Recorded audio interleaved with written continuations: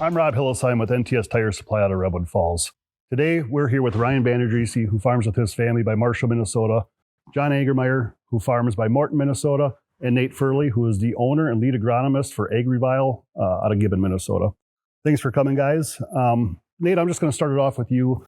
You just finished a 3-year study on tire pressures and how they affect our soil and compactions. Can you just give us a little bit of a rundown on what that study consisted of and what you saw? Yeah, so the study was really looking at the planter and tractor combination. And it sparked from conversations with farmers mainly on center fill planters, the pinch row effect. Is there things that we can do? Is it the different tire? Is it inflation? And so we went to the drawing board and just said, well, how do we even test something like this? And we identified that we needed to set the planter up with the right tires, and we needed to set the tractor up with the right tires. So the first year we just did tires. We didn't even look at the inflation system, and that gave us kind of a baseline on what PSIs we should test. Because if you take 90 PSI down to 20 PSI, we're not going to test every single PSI all the way down there and have 70 different entries.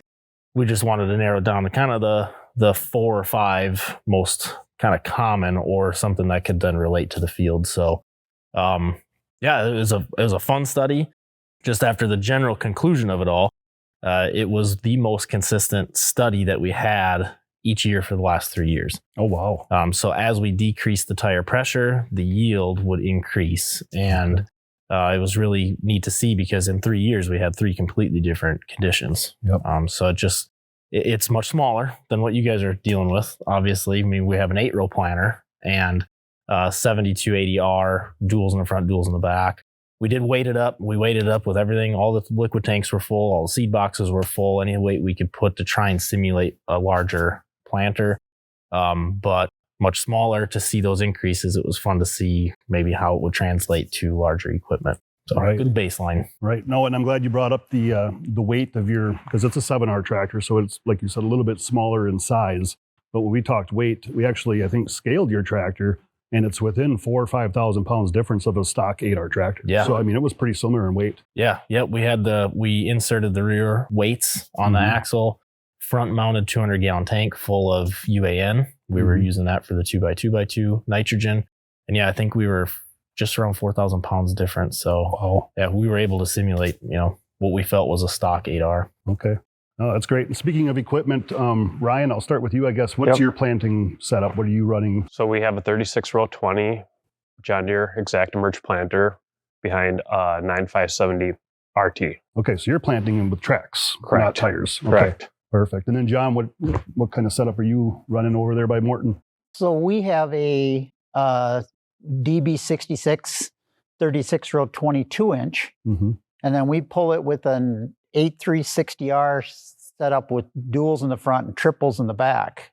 When we set up the machine, we didn't feel there was enough weight on the front, because we don't run any tanks on the tractor, no tank out front, anything like that. So we didn't feel we had enough weight in the front to warrant putting the system on the front tires. But on the triples and on the planter, we thought that would make such a huge difference, because that's where all the weight was. Right. And from my experience, especially with these center fill planters, when we fold them up and we're going down the road, we're actually adding between 10 to 12,000 pounds of weight to the rear axle of that tractor.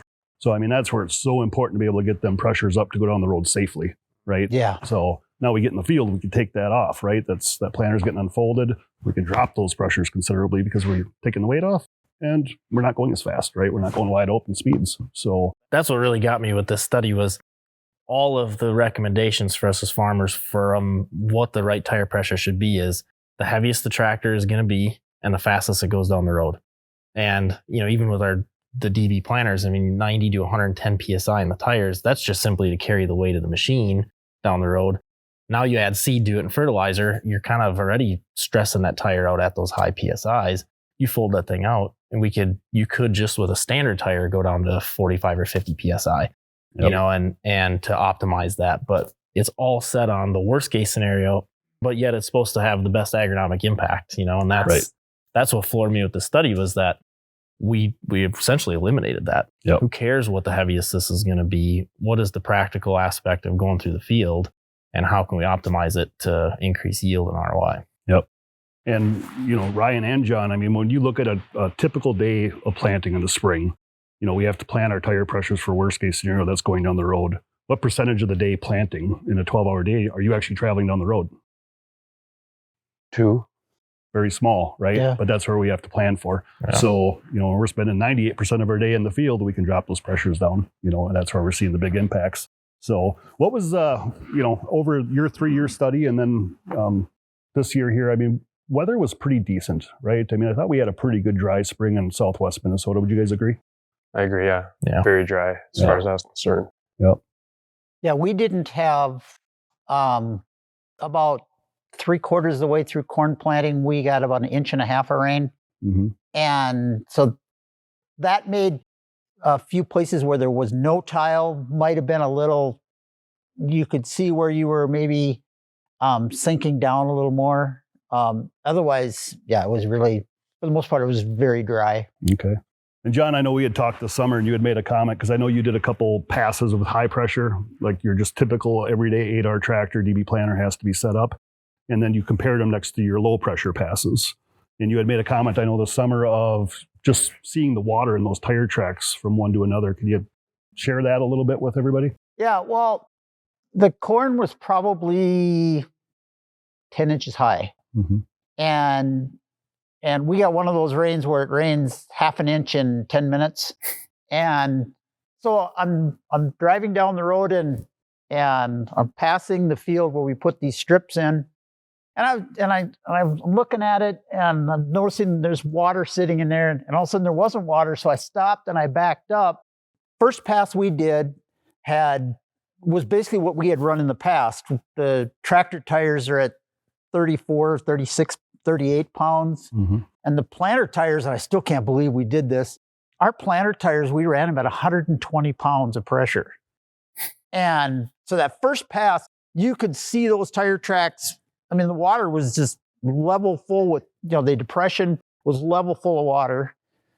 And then, so the next pass, we took the air pressure out of the planter.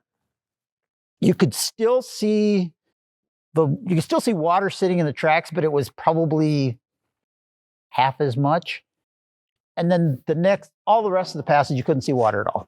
And I was like, holy crap. No, that was a big visual effect. It was, because I was not expecting, the soil was that dry, and yet it still managed the water sat in there like that. Yeah, it was amazing.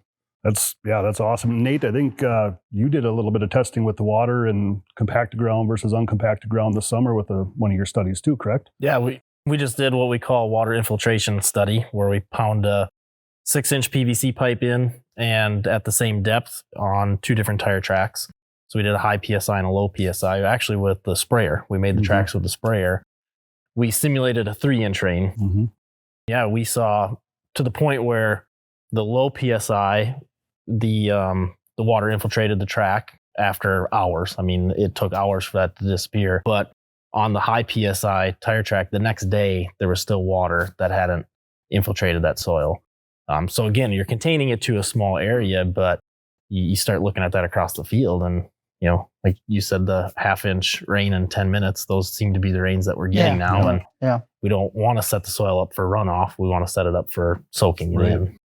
And this kind of leads into then with Ryan. I know we came out, NTS Tire Supply came out and you guys did some root digs. I want to say it was in July, late July. Yeah. And some of your high pressure versus low pressure passes. Could you share any of the visual effects you saw? I guess my first observation in the field actually came before that, and that was spraying. I've had the same sprayer for a few years now, and I spray with auto steer on RTK, and I had to adjust my steering sensitivity to spray at the same speed going down the field because there wasn't as much pressure from the planter tracks. So I had to turn the steering sensitivity up so I wasn't falling out of the row per se. I guess that was my first observation with it. And then, yes, going into the root digs, we had a lot more pancaking going on in the heavier PSI than the lower PSI checks that we did.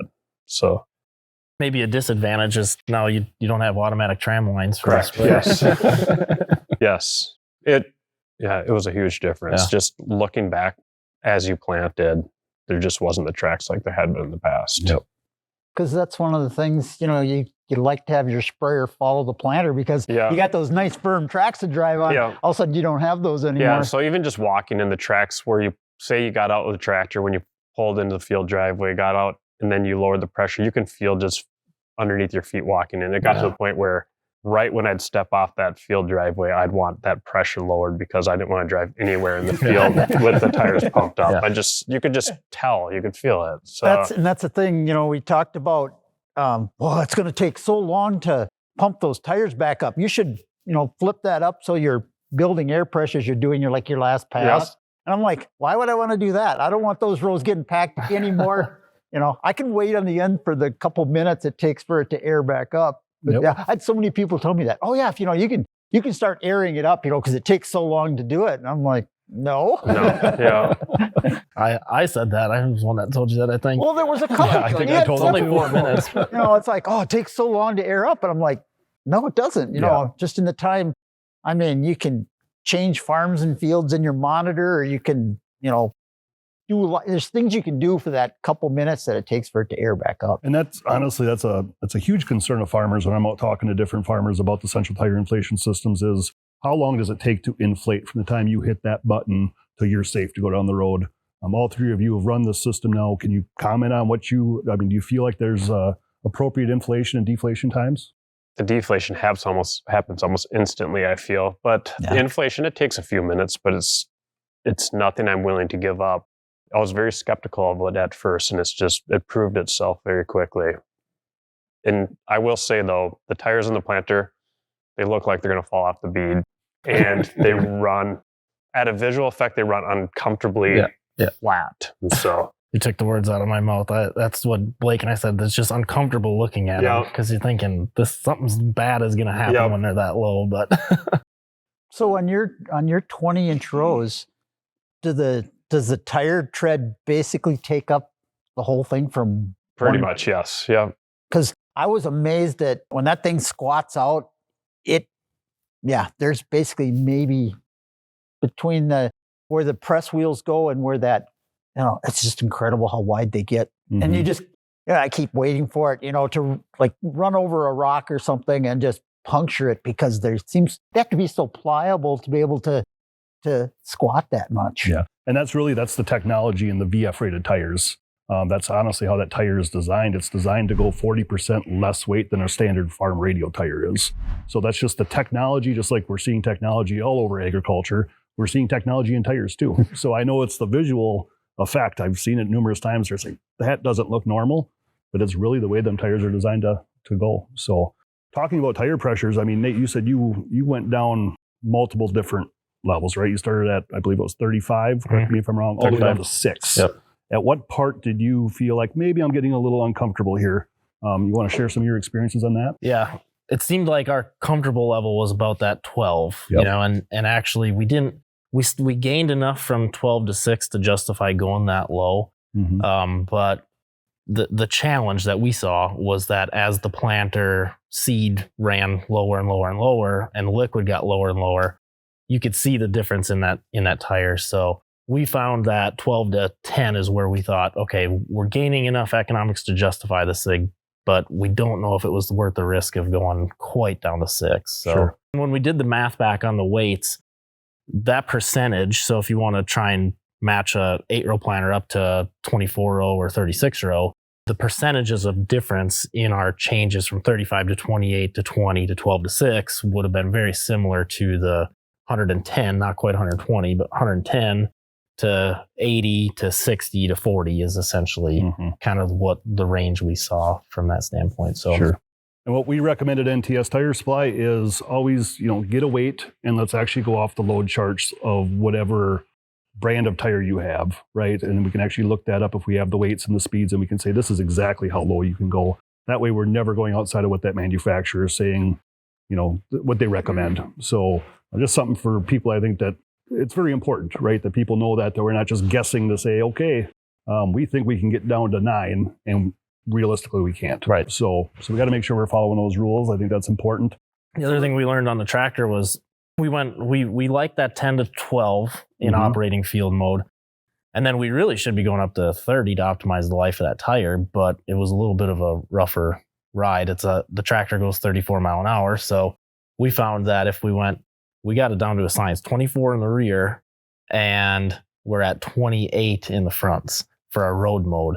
And that just kind of seemed to take the bounce out of the ride down the road at 34 mile an hour. So that became another in-season decision of, well, I'm willing to give a little bit of wear on the tire. It's a lot better than if I was running 10 or 16 down the road, but to just kind of be more of a comfortable ride, I guess. And how convenient was that with the system on to be able to just go into your control box and just adjust those pressures pound by pound until you found that perfect ride? Yeah. Versus it took a long time. We're on the road a lot with our tractors on the research farm. It's, we'll go plant a 2-acre study and then drive back to the facility, change everything out, then drive back out. So, we're constantly back and forth to what I would say more than an average farm on the road.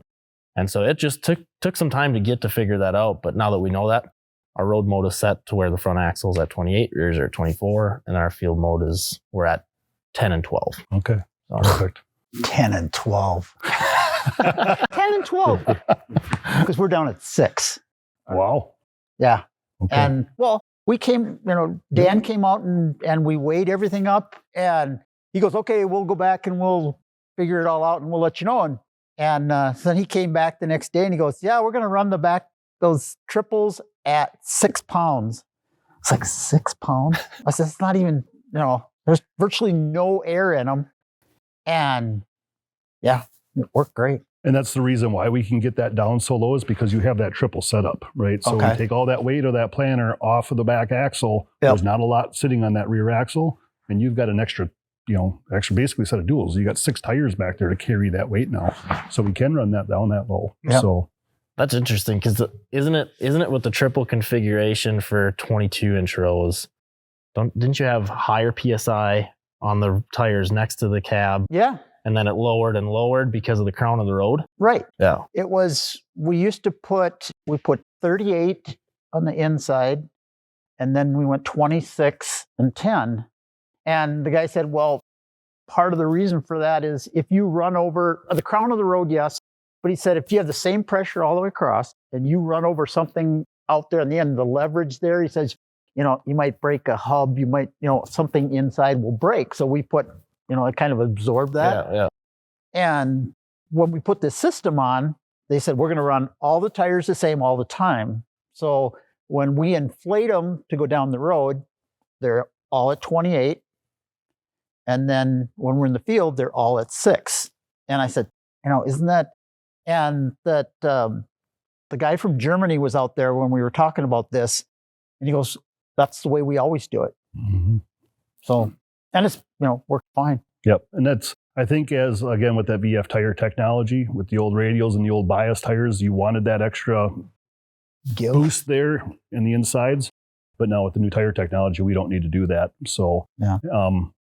Let's talk about what everybody I think is really waiting to hear is what did we see in yields, right? Did this benefit us as farmers to run these lower pressures when it came this fall? And Ryan, I guess I'll maybe start with you on that one if you want to share your experiences. I've seen 4 bushel consistently, and it was right around 4 bushel. It wasn't 4.5, it wasn't 3.5. It was consistently 4 bushel. One thing I found interesting, I did do a 65, an 80. I did a 60, I think, a few different pressures. Then I was always my planter was set at 27. Looking back at it, I realized that I always had the planter low on fertilizer and seed when I was doing that. But 4 bushel is what I always seen. Okay. On every strip, it was consistent. Perfect. And that's just the planter. Remember, you're pulling this with the track machine, and there's not a whole lot we can do to manipulate the tracks. So that's just taking the compaction from the planter. Which I like that. That's good to hear that information because I remember we talked this spring and I was really intrigued with the tractor pulling a wheeled planter. You kind of think what we've learned is that it's the whole pass. You got to optimize the whole pass because if you have your tractor PSI too high and your planters you're optimizing, well, your tractor did all the damage already. Yeah. So you're seeing the benefit with the tracks and then now kind of essentially mimicking the footprint of a track with the tire and the inflation system.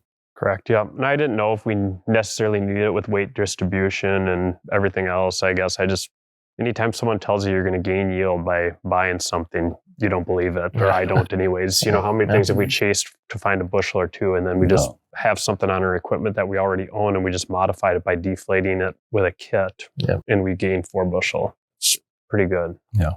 So you've got a 36-row planter. You have an 18-row corn head? Correct. Okay. Yep. That's a good point. We don't know what the middle of the pass would be, and that also brings up another point: is the bigger the planter, the less of a yield effect you are going to get with the tire system. So I'd say if you had a 40-foot planter, it obviously is going to be higher. Yeah, more passes. Well, we had a 24-row planter and a 12-row corn head, and we went to the 36-row. We stayed, because when you change corn heads, then all of a sudden you don't have enough trucks, you don't have a big enough cart, everything else has to kind of change. And so we stayed with the 12-row corn head, and we started picking those center 12 rows because that's where all the weight is.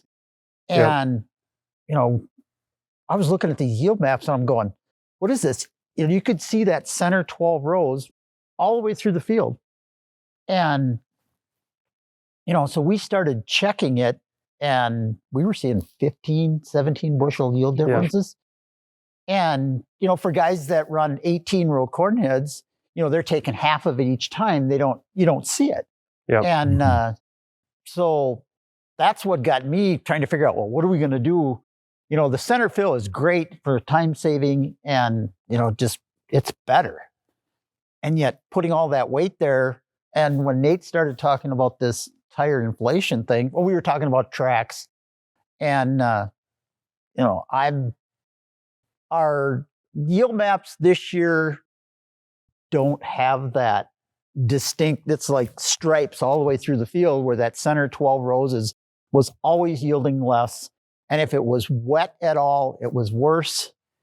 And, I wish I could sit here and say it was 7 bushel every time, but I could tell just by looking at the yield maps that we've evened out the playing field as far as this 12 rows versus the center 12 versus the other side.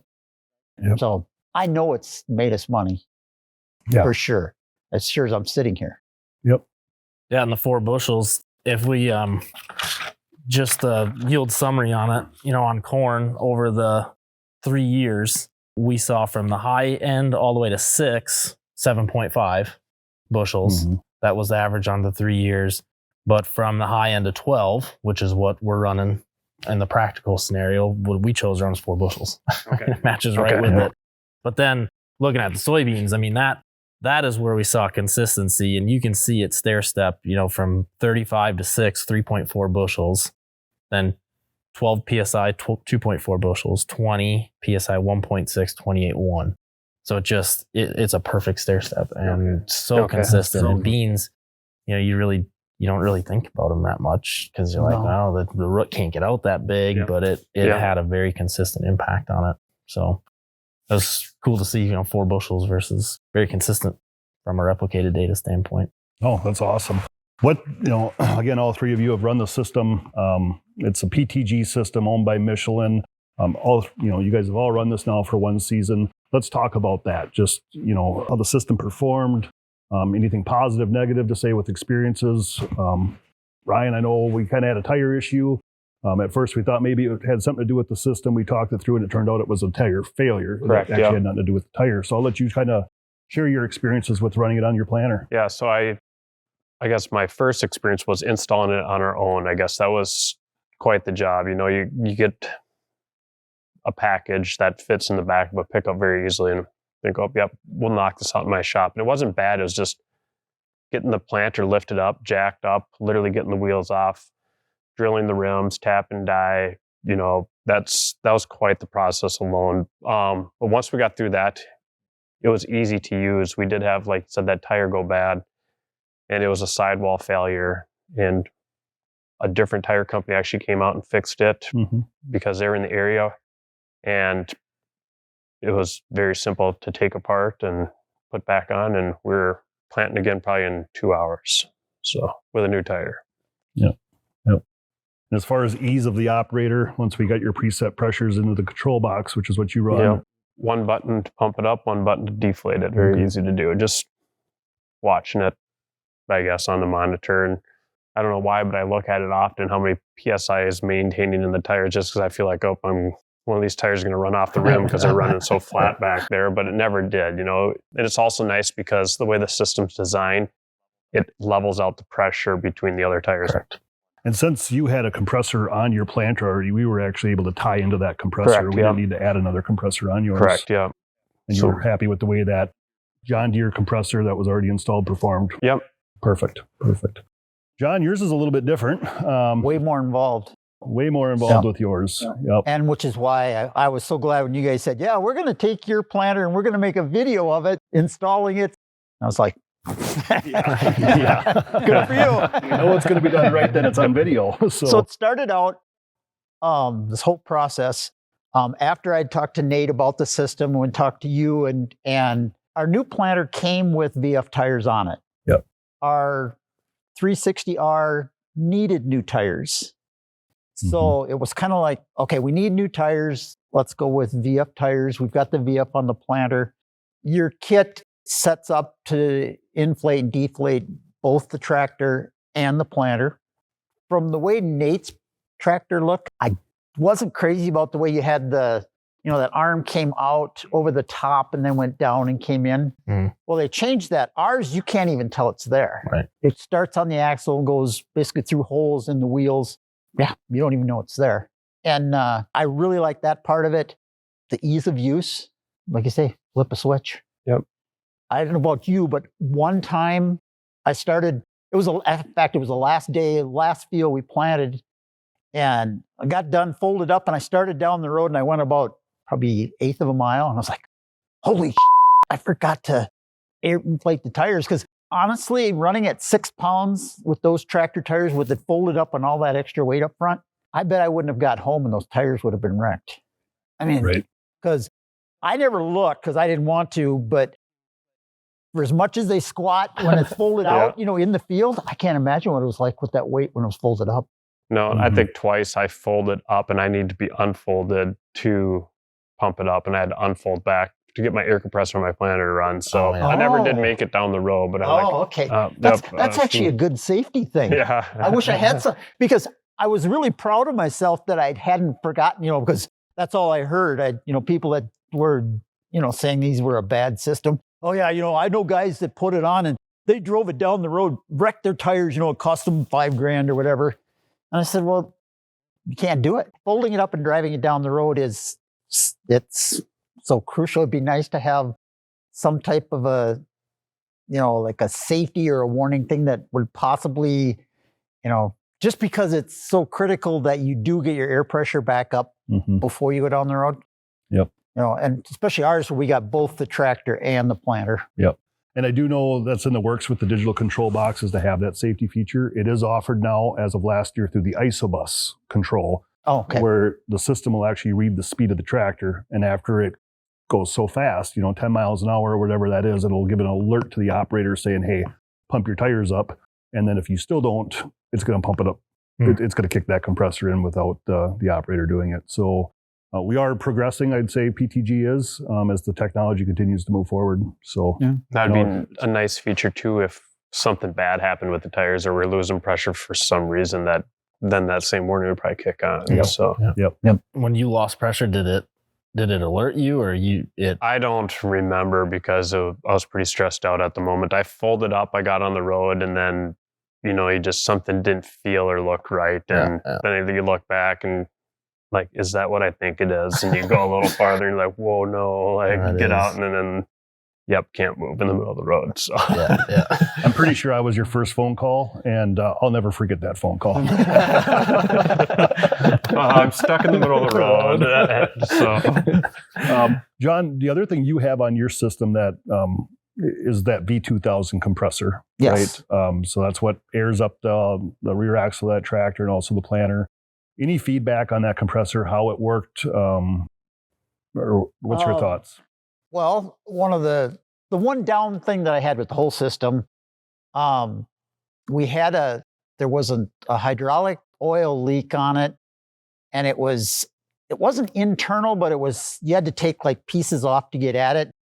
And kudos to Brandon. He came out and he's like, well, I've never seen this before. And it kind of speaks to how new this whole thing is. Yep.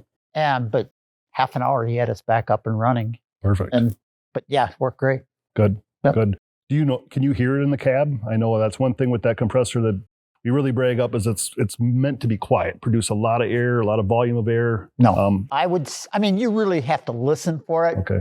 I know there are times when it's running and I don't realize that it is. Sure. Okay. And then Nate, on your system, as John kind of pointed out, you have what's called the airbox system where the lines run externally and come down, and there's a rotary union there that spins.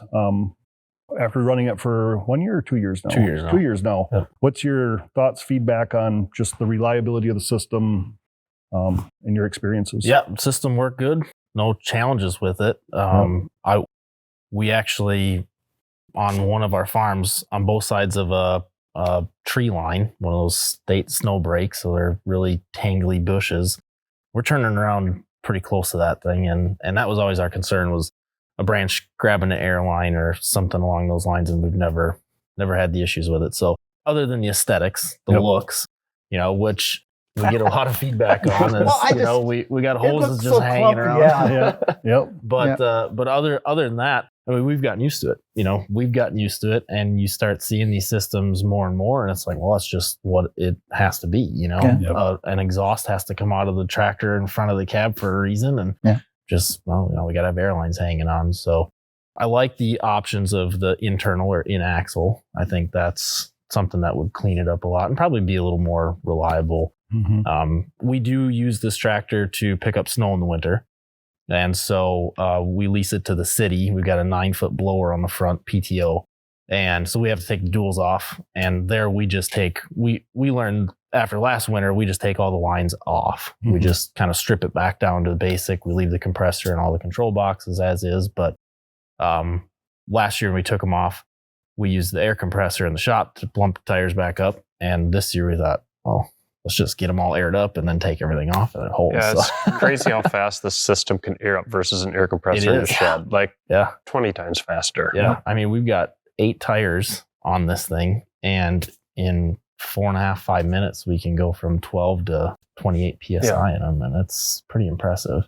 Yep. So, our goal is always to size a compressor, have that system inflate between that 3 to 5 minutes, right? I don't think any farmer wants to waste more than that time frame waiting for a tire to inflate or the risk of burning out a compressor. So that's what we always try to shoot for. So it's nice to hear. It sounds like everybody's experiencing that time frame at least. So I know another thing, Nate, you did on the research side was, after we were done harvesting, you took that 7R out and you did some tillage with it. And you did some experimenting on a couple different categories, fuel consumption, slippage. Can you share kind of your results or observations from that? Yeah, and they're all just simple observations. I mean, nothing quantified through yield, but I suppose we could figure ROI on the fuel consumption. But what we did is with that tractor, we do some tillage studies. So they're smaller rippers, a 5-shank, and then we actually pulled a 9-shank with no wings. And we tried it. We thought we'll try it with this tractor. And at first it was just slipping too much. We were at 12 to 20% slip. But I noticed that the tires were in road mode. So we actually deflated them to field mode, 12 PSI across both the front and back, and went from that 12 to 20% slip down to 3 to 5%. And we're able to pull it. We were pulling that ripper consistently at 6.5 mile an hour, and it was doing the job that it needed to. So that prompted us. We kind of thought, well, let's see what this looks like. So we took 28 passes and skipped past all of them. First 14 passes were at kind of that high PSI road mode, and we watched the fuel consumption. So we cleared the system so we could get our fuel consumption per acre. On those 14 passes, it was at 0.6 gallon per acre difference between the high and low PSI just in 28 passes. Uh-oh. And so it was, just when you're optimizing the engine power to ground contact, it just is a lot easier on the tractor and less fuel is being consumed, less slip, less compaction. So it gave us the confidence to, continue to do those. I was going to say, it sounds like another good 3-year study for you to start next year. Possibly. Possibly. Yeah. There we go. So I always worry when we're running at 6 pounds that the rim is going to slip inside the tire. Mm-hmm. I mean, is that a thing to be concerned about if you're really pulling hard? I mean, because I guess I never thought about air pressure, affecting how tight the rubber sticks to the rim. Yep. And it absolutely does. So if you're doing hard pulling like tillage and you're running down that low, that's going to create obviously some slippage going around there. When you're planting and you have a tripled up system like you do, tractor like you do, I won't be concerned about it. Okay. Again, and that's just where we're really going to refer back to those manufacturing specs, right? What's the weight? What's the speed? And make sure we stay inside those limits. So if we ever do have an issue, we're going to learn from it, number one, but number two, we're going to have that manufacturer be able to stand behind that. So what would you recommend to the neighbor next door that's, farming alongside with you guys as neighbors or at the coffee shop? Good, bad, we look at the overall of everything that we've talked about here today. How would you sum that up? I guess to a neighbor that wants to come in and say, hey, is this something that you worked on? What's your results? I would say just try it. Just try it. If you want more bushels, just give it a try. And I think you guys would have a satisfaction guarantee behind it. So Yep. I don't think you'd be disappointed. I know for us, I wonder about the people that put that weight equalizer system on the bar where it's, it actually pushes the wings down and takes some of the weight off. You get your ROI back. Easy, no brainer. I'm curious as to how, because those guys seem to have success when they lift the center fill of the planter up, but they still have the weight of the tractor. Mm-hmm. See, and I'm doing that with the tire system. Oh, you are? Yep. You're doing both? Correct, yep. Oh, wow. That's and why you still that's why Rob kept stopping here and trying to sell to me. I'm like, I got weight distribution. I don't need that. And correct, I'd still C4. Yep. Oh, wow. But again, a tractor pulling the planter. Yep. So that's what kind of prompted us to do this study last year, where we just kind of kept the planter at a static pressure. And then we also kept the tractor at a static pressure to try and see which is the better bang for the buck. If a farmer is going to say, I can only spend this much, should I put it to the planter or should I put it to the tractor? And what our data showed was you should put it towards the planter first, but it only did so much. You still had the tractor. Again, it's optimizing the whole pass. So, in your case, it was you've optimized the tractor pass. Now you optimize the planter pass. In your case, it was optimizing both. That pass where we were running at the inflations of last year, we could see that. I mean, you can just pick it out. It's like it's right there. Mm-hmm. And then as you watched each planter pass going across the field, it just disappeared.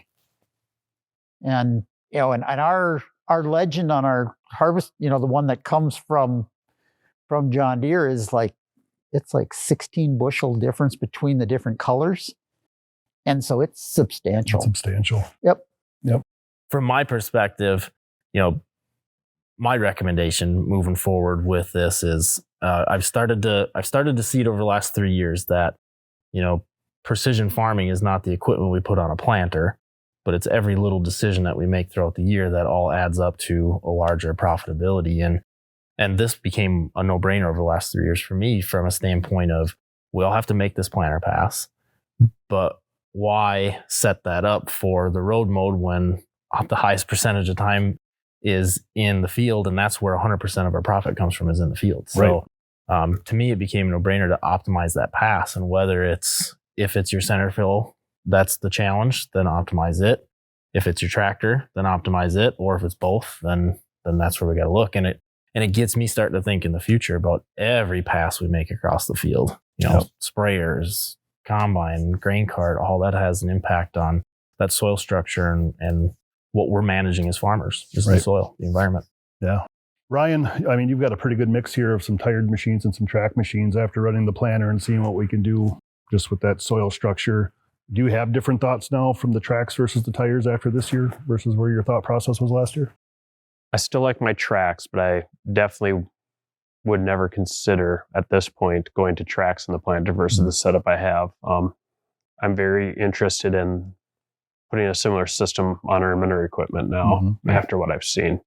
But I guess that'd be my overall thought process right off the bat. No, that's good to hear. So anybody else have anything that they think is pertinent that we missed or didn't discuss? So one thing that I didn't realize is, so we put new drag teeth on our field cultivator this spring. And so worked the ground, and I was planting, and I kept thinking, this ground is so smooth. I mean, it's just smooth. And, we put those teeth on. They must have been really worn worse than I thought, because it's like, this thing is really smooth. Come back to spray that same field, or the fields, all of them, because they were all the same way. And it's like, these fields aren't smooth. They're not smooth at all. I mean, they're just, they're just average fields. Well, and I got to thinking about it, running those tires so low. I mean, it just smoothed out the ride so much that I'm seriously looking at putting it on our sprayer, just as an added benefit, or an added part is smoother ride. The booms ride smoother. You don't have to rely on the height sensing to do so much, because the whole sprayer is going to be just riding that much smoother. Yeah. Because it was phenomenal how smooth the ride was. You talk about the sprayer systems and the ride quality when we can lower those tire pressures down. So that tire now is actually going to absorb the terrain, right? Because we've softened those sidewalls. So the tire is going to absorb that. It's not going to send that up to the cab where the operator is going to feel it. The other thing is the flotation. When we talk self-propelled sprayers, and we've had pretty dry springs and pretty decent weather here the last 2 seasons, if not 3 seasons. But what's our number one compactor in a wet year? It's our self-propelled sprayers. So gaining that flotation is going to be a huge thing moving forward. Appreciate everybody for coming here today. This was great to get everybody's feedback and share ideas. And if anybody else ever has any questions about central tire inflation systems, reach out to NTS Tire Supply in Redwood Falls, or go to their website, www.ntstiresupply.com/CTIS.